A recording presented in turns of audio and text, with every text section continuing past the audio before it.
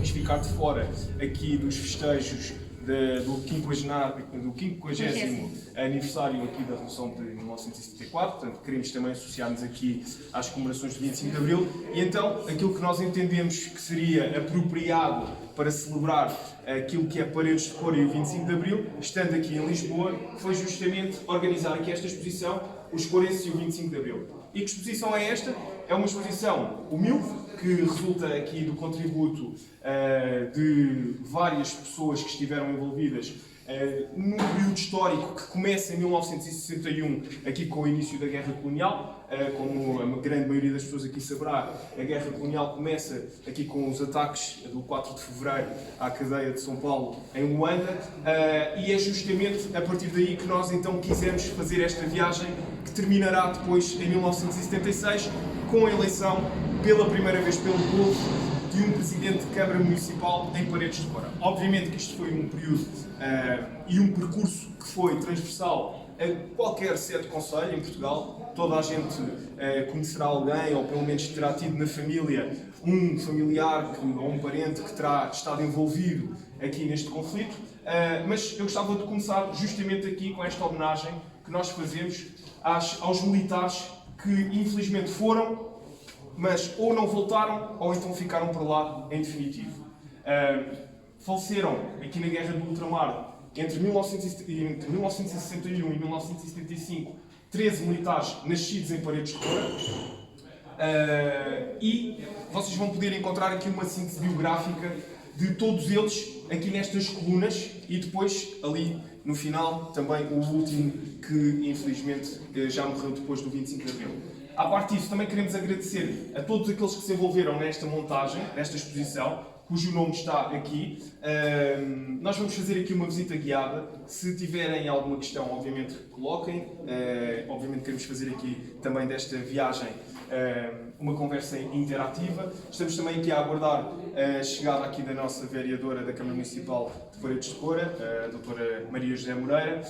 Vamos ter depois também aqui, se tudo correr pelo melhor, também aqui um momento musical.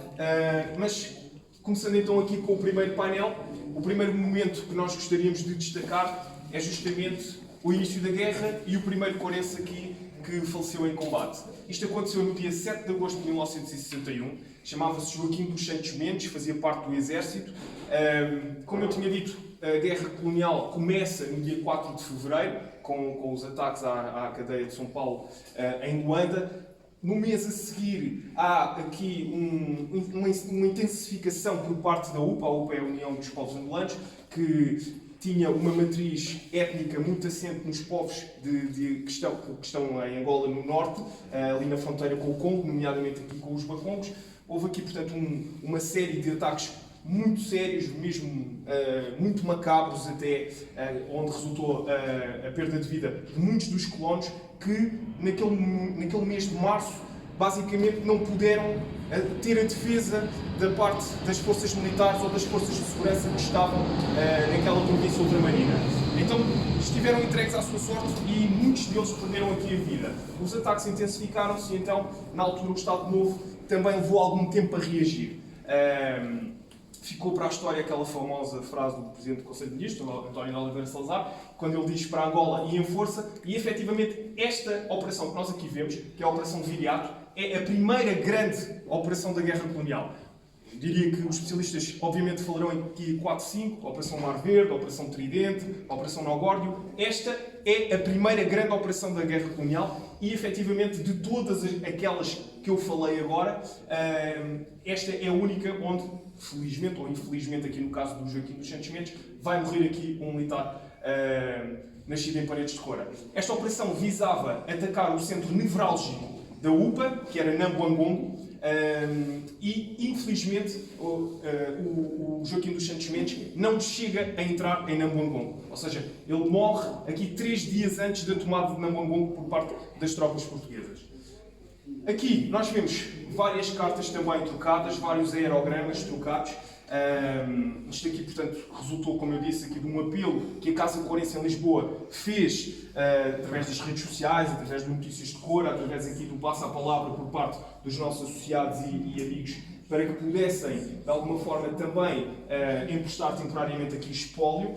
Vocês podem ler, podem ver que estamos a falar aqui daquilo que era o meio de comunicação por excelência por parte das pessoas que estavam envolvidas aqui no cenário de guerra, com os seus entes queridos. Têm também aqui um álbum fotográfico aqui, portanto, do militar Manuel Rodrigues da Cunha, que esteve em Angola. Está aqui perto e bom caminho.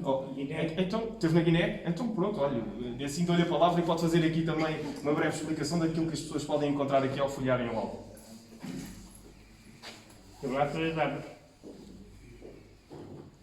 Mas o que é que eu digo? Não, É assim que Que vim para cá direitinho, que assistia muita coisa, assisti, mas isso, passei. Foi para lá em que? Fui campeão. 61, não foi? Foste em 61? É? Foste em 61? Sim, 61. 61 para a Guiné, onde felizmente ainda não tinha rebentado a guerra, não é? Então, quando eu cheguei, fomos nós para correr Não, para é lá. de 61, deve ter ido em 62. Fui no dia 15, é no dia dos meus anos e marquei em Alcântara. Ok, muito bem. Bom, evoluindo aqui nos meios mais rurais, na província, no interior do país, acabaram por também tentar escapar à guerra. Muitos emigraram, muitos saíram, portanto, do país, outros também começaram a trabalhar, vieram para Lisboa, e aqui em Lisboa, onde nós estamos, acaba por criar-se também aqui uma diáspora corense muito considerável, que vai estar mais tarde na origem da criação até da Casa Corense em Lisboa. Ou seja, aqui vemos, portanto, muito Joaquim, que também, à semelhança daquilo que aconteceu com o meu pai, veio para Lisboa ainda na sua infância, trabalhar na indústria hoteleira, e isto é uma história que é comum, eu diria, a milhares de corenses que acabaram por vir aqui para Lisboa. Só uma nota, eu costumo dizer isto quase sempre quando nós estamos assim reunidos, não é? As nossas festas de aniversário e os nossos almoços, é que no final de 1989, ou seja, estamos aqui a falar quase 15 anos depois do final da Guerra do Ultramar, existiam mais pessoas em Lisboa nascidas em Paredes de Cora do que a viver em Paredes de Cora. Ou seja, havia mais corenses em Lisboa a viver em Lisboa do que a viver em Paredes de Cora. Bom, depois aqui temos mais um álbum fotográfico, aqui com muitas fotografias. Reside em São Martinho de Cora e que a minha avó fez questão de deixar o álbum nesta página, que ele teve em Cabum, eu conversei muito com ele acerca da vida militar, mas pronto, convém aqui referir, mas isso lá escrevemos logo, e se calhar nem é interessante agora a nossa. E há aqui uma outra fotografias que aparece aí, um irmão que esteve em Moçambique, ele esteve em Angola, o irmão esteve em Moçambique, mas os dois estão bem.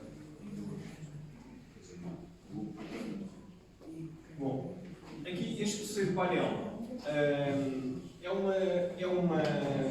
uma chamada, vá, que acaba por ser sempre muito querida a qualquer corense. Porquê? Porque estamos a falar de alguém que ainda na década de 60, antes de falecer, é um vulto na literatura nacional, ou seja, se calhar muitos dos mais novos olham para a figura de Aquilino Ribeiro ou porque não estudaram na escola ou porque não conhecem bem a sua obra e não têm bem noção daquilo que é a dimensão do seu valor literário. Mas o que é facto é que ainda antes de morrer, portanto aqui o Aquilino Ribeiro dá uma entrevista ao jornal República, que é um jornal oposicionista, onde de alguma forma, de uma maneira ainda subtil, porque é importante ter em consideração que estamos no tempo em que há censura, em que ele assume aqui o seu ponto de vista relativamente àquilo que é a dinâmica da guerra colonial e principalmente o seu impacto nos mais novos. Ele chega a dizer aqui o seguinte, e passo a citar: tenho, porém, muito medo dos mestres e dos mentores. A cada passo surge o diabo ao caminho. Um diabo errado de lado para que os jovens lhes hipotequem a alma. Quem os adverte do perigo? Ou seja, apesar da entrevista ter sido censurada, ainda há aqui uma crítica implícita a todo este fenómeno em que o próprio Aquilino Ribeiro pergunta-se para que é que serve este esforço da guerra colonial, que de alguma forma está a ceifar aquilo que é a juventude e o futuro do país. Uma última nota antes de passarmos aqui, estas fotografias aqui deste militar, do José da Cunha Freitas, onde, de alguma forma, aquilo que nós vemos ao olhar para estas fotografias é justamente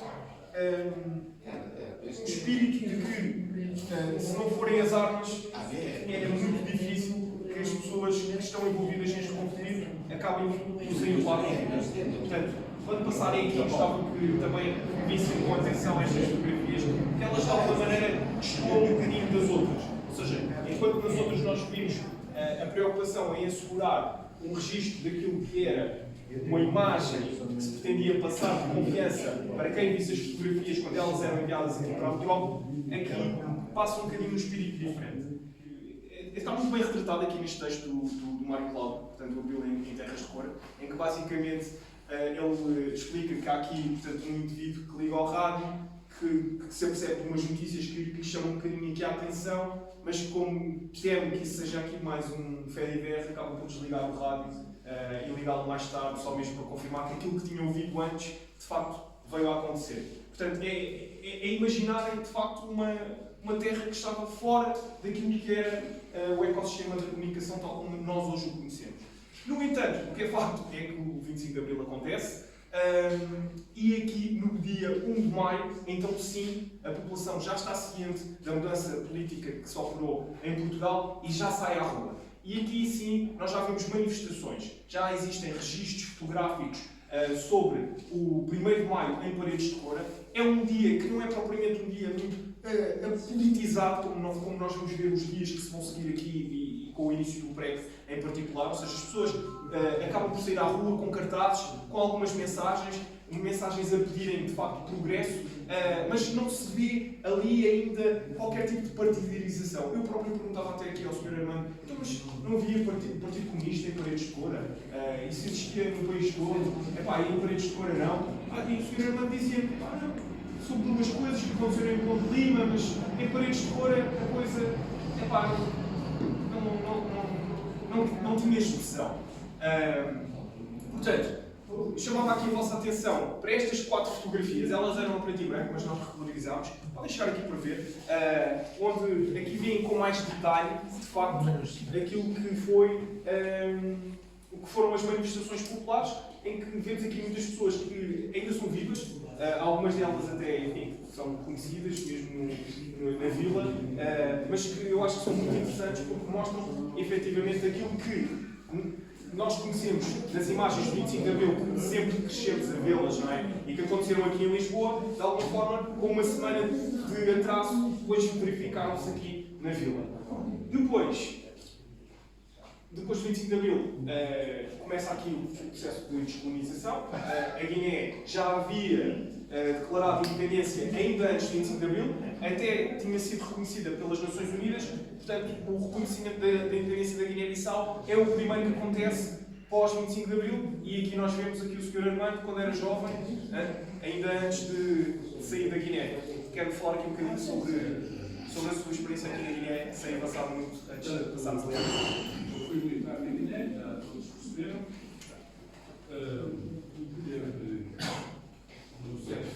Penso que só há aqui um militar depois estiveram na Guiné, Manel e Pereira.